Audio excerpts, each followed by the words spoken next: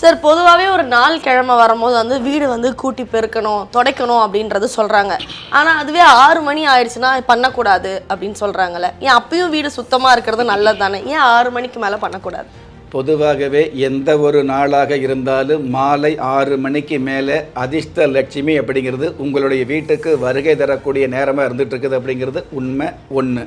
அதே மாதிரி பகல் நேரங்களில் முக்கியமான விசேஷ காலங்கள் வரக்கூடிய நாளுக்கு முன்னாடி நாளில் உங்களுடைய வீட்டில் இருக்கக்கூடிய துர்லட்சுமி இருக்கும் இல்லையா, துர் தேவதைன்னு இருந்துகிட்டு இருக்கும்.